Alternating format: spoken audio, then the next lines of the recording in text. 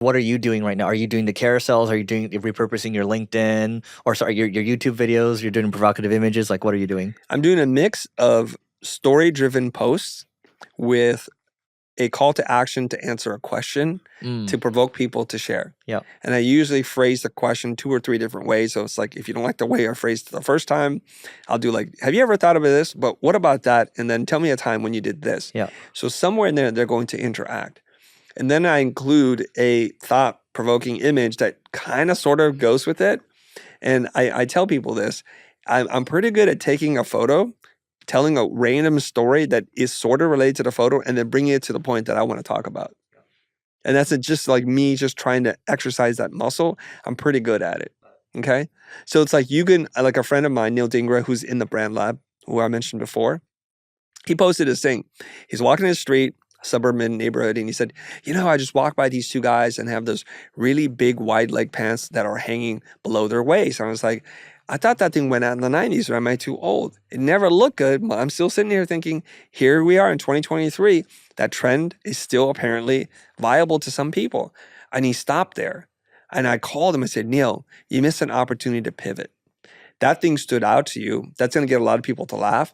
But you should have said, and how many of you marketing with a 1990 strategy? You know? And you're still doing the same thing. How many people are selling the same way they learned how to sell when they were 24 years old? As funny it is for us to see people with their pants down their waist, it's just as funny looking at your marketing. So here's me calling you out. Yeah. Love you. Bye. It's a good hook. So you see what I'm saying? Yeah. So you bring me in with something that's relevant and kind of funny and awkward, and then you take me where you want to go. So you just find that parallel. Are you just waking up? So sometimes people are just like, yeah, I just wake up with these ideas. So for you, are you just shooting from the hip when you're writing on LinkedIn? Or are you actually spending time ideating? Almost always from the hip. I'm in the shower because here's my workflow. In the morning, I wake up and I'm a little groggy-eyed, but I know it's time to get up. I'm just scrolling through the feed. I'm going to read some stupid comment or somebody asking a really good question. I'm like, I wonder what that's all about. I forget about it. I brush my teeth, I jump in the shower, and in the shower, I'm like shaving or do whatever I'm doing. I'm like, wait a minute. I have an idea on how to frame that. Yeah. And I have to repeat it to myself 2 or 3 times because I know as soon as I walk down to the studio, it's going to be gone. Yeah. I get out, I go down to the studio, and I write. I'm like, boom, there it is. Let me find the right image, and it's out. And I leave it alone. So a post like that is going to get anywhere between 2,000 to maybe 4,000 engagements. Wow. Or reactions, I should say. Yeah. Yeah. So, and by the way, like some people will talk about how they post on LinkedIn, but really they half-ass it and they might spend like 5 minutes on a post. Are you spending, I'm assuming you're spending like 30 minutes to an hour? I would say no more than 30 minutes for the writing. I have a general rule. The longer you write out, the worse it gets. So I write when it's hot, when I'm emotional, or sometimes I really feel like touched emotionally, like an abundance of love and joy.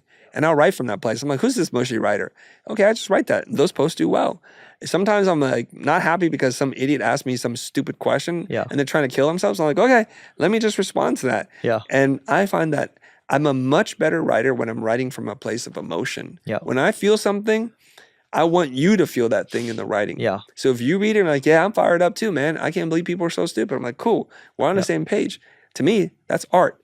Like, if you watch a film and you don't feel what they're feeling, it's really boring. Right. If you listen to music and you don't feel the pain that person's feeling when they wrote that music, that's not a good piece of music. That's not art to me. I love it.